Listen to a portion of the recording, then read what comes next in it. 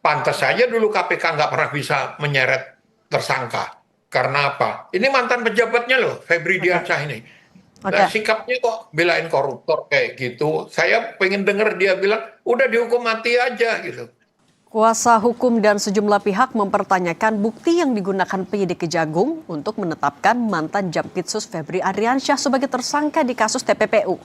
Apakah bukti yang dimiliki penyidik tim 9 Kejagung cukup kuat untuk menjerat Febri atau justru membuatnya bebas dalam tuntutan dan dakwaan di persidangan nanti? Kita bahas dengan sejumlah narasumber. Ada Ketua Komisi Kejaksaan Pujiono Suwadi yang sudah bergabung bersama kami melalui Zoom. Dan nanti juga akan bergabung bersama kami Guru Besar Universitas Bayangkara Hermawan Sulistyo, Prof. Kiki. Selamat petang semuanya. Selamat Selamat sore, selamat petang, Mbak Cindy, Oke, Prof. Vicky. saya ke Prof. Kiki dulu ya. Prof. Kiki, sebelum kita masuk ke pokok bahasan perkaranya, tapi juga yang jadi sorotan sekarang adalah soal kematian Sutrimo, pria yang disebut sebagai pegawai ex Jampitsus. Kalau menurut Anda sebenarnya apa yang dicurigai polisi sampai olah TKP 2 kali, Prof? Nah, gini, eh, ini polisi goblok aja tahu bahwa indikasinya apa mati nggak wajar gitu loh. Mati nggak wajar. Kenapa? Ya semua jejaknya tuh kan ada komunikasi. Dia ribut sama orang dalam rumah, ya. Nah, terus aneh ini penjaga, tetapi dia punya akses kan. Di situ ada 1,5 triliun eh, uang cash dan yang lain-lain. Nah, tidak mungkin dia tidak tahu. Pertanyaannya adalah wajar saja ada kecurigaan kan bahwa ini dibunuh.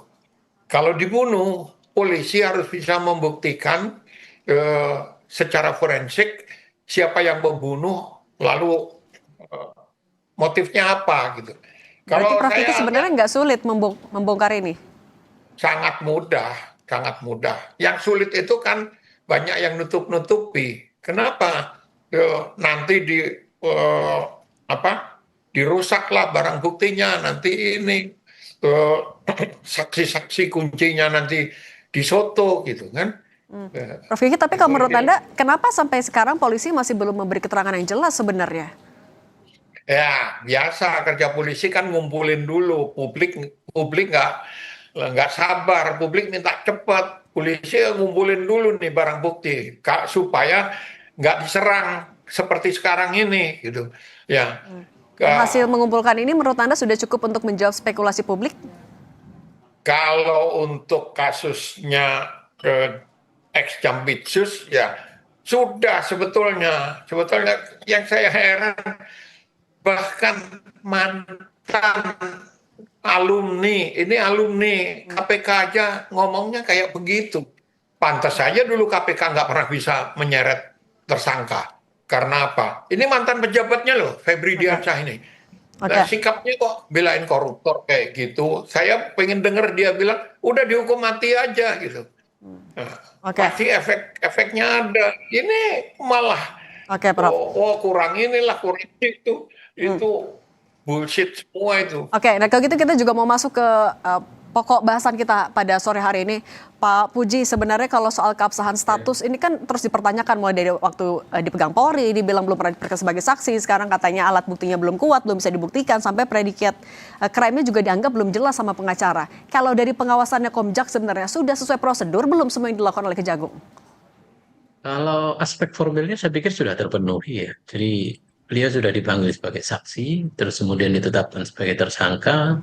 Mengenai alat bukti kan alat bukti yang diserahkan oleh kepolisian itu sebagai alat bukti awal dan saya yakin juga teman-teman di penyidik tim 9 ini dugaan saya ya, itu juga punya alat bukti yang lain yang bisa kemudian juga memperkuat dugaan dari teman-teman penyidik sehingga kemudian menetapkan sebagai tersangka itu dugaan saya.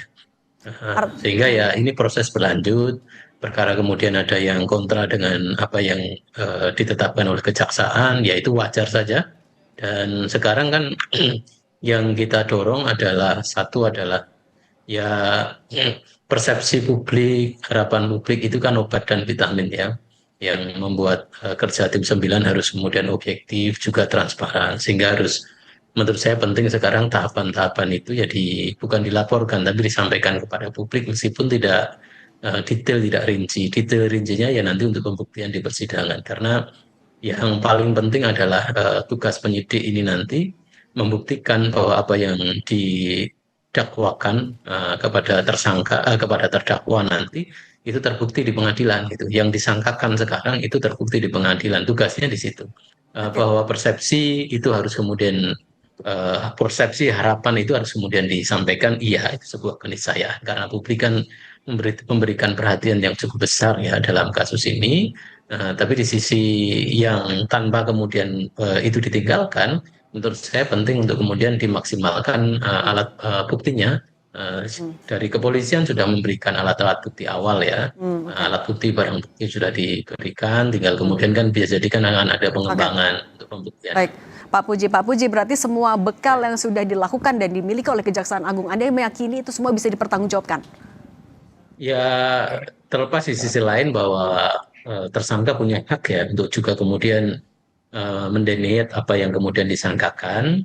Nanti kan tinggal kemudian kan pembuktian ini kan sekarang kalau secara konvensional kan memang harus kemudian anu ya di persidangan ya dan itu secara formil memang begitu. Jadi baik itu nanti kejaksaan ini yang kita dorong nanti untuk bukan hanya sekedar dengan alat bukti yang ada, tetapi juga kita berharap juga bisa memaksimalkan alat buktinya. Di sisi lain tentu nanti Pak Febri juga akan memberikan pengkalan terhadap pembuktian-pembuktian yang dilakukan oleh teman-teman penyidik. Nah inilah nantinya, makanya yang dibutuhkan sekarang tentu adalah memperkuat alat bukti itu, memperbanyak alat bukti itu, sehingga kemudian yang dibuktikan itu benar.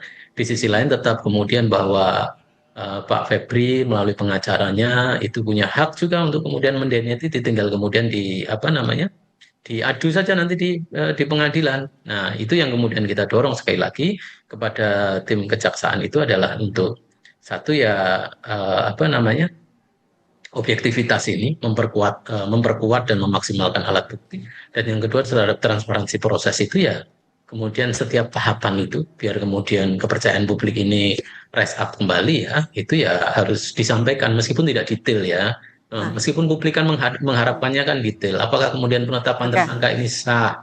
Dijawab, pengennya kan menjawabkannya secara detail. oke, Apakah alat bukti yang kemudian oke, dikumpulkan oleh penyidik ini sudah sah? Itu pengennya kan detail. Tapi kan ya, dalam beberapa hal tidak bisa demikian kan. oke.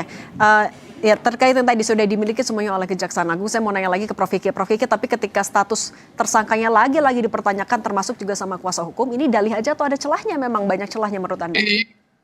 Tidak ada celah pun alasan kejaksaan dan alasan penasihat hukumnya pasti begitu juga gitu loh. Jadi supaya nggak begitu, gimana kalau kita impor aja jaksa dan hakim dari Cina sana?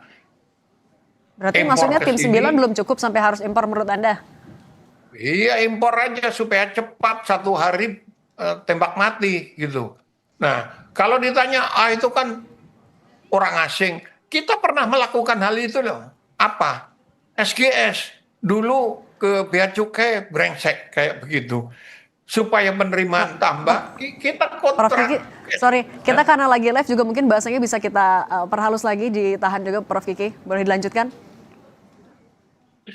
Itu udah halus omongan saya kayak begitu. Oke, berarti tadi gimana? Kalau misalnya kan sekarang tapi ya yang ada ditangani oleh tim 9 dari Kejaksaan Agung. Berarti harus gimana untuk menjawab spekulasi termasuk juga bantahan dari kuasa hukum soal penetapan status tersangka?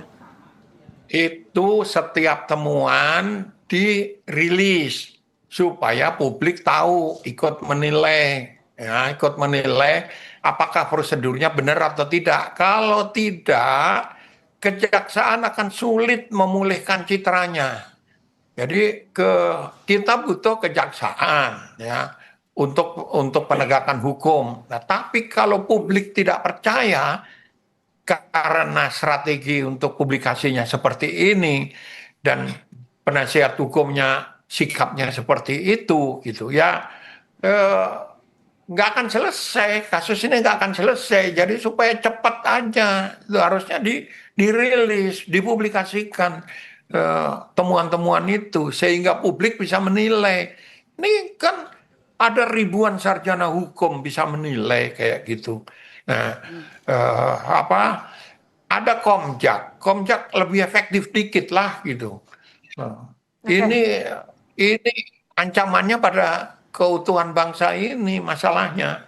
Oke, Pak Puji, Silakan. tadi Komjak kan juga sebenarnya mendampingi ketika proses pemeriksaan. Nah, selama proses penyidikan itu sebenarnya Febri Adriansyah pernah mengungkap nggak soal nama-nama lain yang mungkin terlibat dalam kasus ini atau juga soal kepemilikan dari barang bukti itu?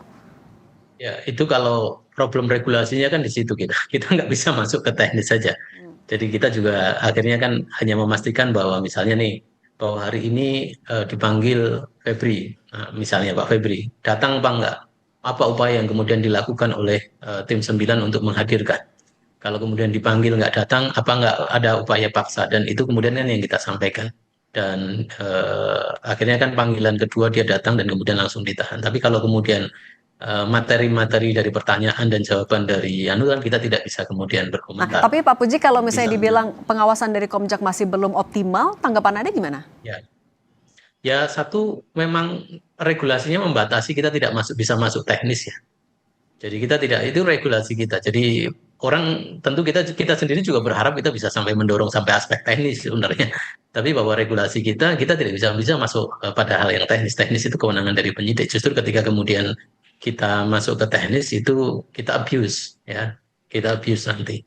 Jadi ya kita yang bisa kita lakukan sekarang adalah memastikan proses formal itu berjalan. Seperti misalnya nih, seandainya misalnya sebagai contoh, ini ada calon tersangka misalnya yang dipanggil sekali nggak datang. Nah, misalnya terus kemudian yang kedua apa upayanya? Ada upaya paksa nggak? Nah, kalau tidak ada upaya paksa, jaksanya kita Oke, kita tanyakan. Bahkan bisa kemudian kan kita periksa etik, ada konflik of interest apa enggak. Dan ternyata kan dalam proses ini panggilan kedua yang bersangkutan sudah datang sehingga sehingga proses ini tetap berjalan gitu kan, proses oke. berjalan. Jadi kita akan melihat mana bottleneck misalnya dalam proses-proses ini. Sampaikan Prof. Vicky tadi bottlenecknya salah satunya adalah soal komunikasi publik. Hari ini tadi juga kita sampaikan kepada Pak Jaksa Agung, juga Pak Jakwas, tolong dong setiap tahapan disampaikan ke teman-teman media. Oke. Misalnya hari ini saksi yang akan dipanggil siapa, hasil dari pemanggilan saksi ini apa? Oke, Secara teknis tidak perlu begitu, tapi oke. tidak perlu rinci, tapi Oke, sampaikan berarti saja garis besarnya bahwa hari ini oke. pemanggilan saksi seperti ini, seperti ini. Nah, Oke, keterbukaan soal kalau update-nya itu yang meminta harus dilakukan. komisi kejaksaan masuk Hmm, secara teknis, kita berharap bisa begitu, tapi ternyata oke, regulasi kita membatasi oke. tidak bisa masuk ke situ. Oke, ada regulasi yang membatasi, tapi Prof. Kiki ini juga tanpa mendahului pernyataan dari polisi. Lagi-lagi kita juga masuk ketika kasus ini jadi semakin luas sorotannya ketika ya tadi ada karyawan yang diduga pernah bekerja dengan ex Jampitsus Febri Adriansyah. Ini kan yang meninggal dunia ini kan lagi-lagi jadi spekulasi. Sebenarnya untuk menjawab semuanya, pernyataan apa yang harus disampaikan oleh polisi? Atau apakah Kejagung juga harus memberikan pernyataan soal ini? Siapa nih Prof. Kiki, yang Prof. Kiki. ditanya? Ya, eh, kalau investigasi masih berlangsung, itu tidak semua bisa dibuka di ruang publik. Misalnya, satu saksi menyebut si A, si B, masih dalam proses. Kenapa? Nanti kalau diumumkan oleh polisi, si A, si B bisa menyembunyikan barang bukti yang mereka punya, gitu kan? Atau menyembunyikan informasi yang dicari. Jadi memang ada informasi yang dibatasi. Tetapi prinsip dasar keterbukaan itu untuk mendapatkan respon publik yang positif bagi penegakan hukum dan bagi Oke. institusi penegakan hukum itu harus dilakukan gitu. Tapi dalam konteks ini Nah, Kejaksaan Agung kan jadi terbawa namanya, ada benang merah di situ ketika diduga kerja sebagai untuk ex Jampitsus. Kejagung juga perlu buka suara nggak atau menunggu polisi aja sebenarnya? mana berani Kejagung buka suara sekarang ini. Oh, ngomong nanti diganti, dipecat, diganti. Ini semua tiarap, semua tiarap. Jadi apa orang yang tahu Kejaksaan Agung lah yang bunyi, misalnya seperti Komjak gitu kan, polisi buka aja. Jangan takut, oh nanti pertarungan kayak gini. Selama fokusnya tetap di Jampitsus, di Febri ini. Kenapa? sekarang ini ada upaya untuk menarik ke kiri ke kanan, melebarkan isu-isu yang tidak ada kaitannya dengan Febri gitu. Nah, polisi dan yang masih meneliti kematian pembantunya ini harus fokus ke situ, jangan mau disedot, ditarik-tarik kanan kiri. Begitu juga penyidik tim 9 itu, jangan mau ditarik-tarik, nanti malah terpuruk itu kejaksaan itu. Sekarang aja udah gak dipercaya publik. Oke, berarti transparansi untuk semuanya, tidak hanya tadi soal kasus kematian Pak Sutrimo, tapi juga soal pengungkapan kasus dugaan korupsi dan TPPU dari Febri Ardiansyah. Prof Kiki, Pak Pujono, terima kasih sudah berbagi bersama kami di Kompas Petang. Saya selalu semuanya. Sama-sama. Ya.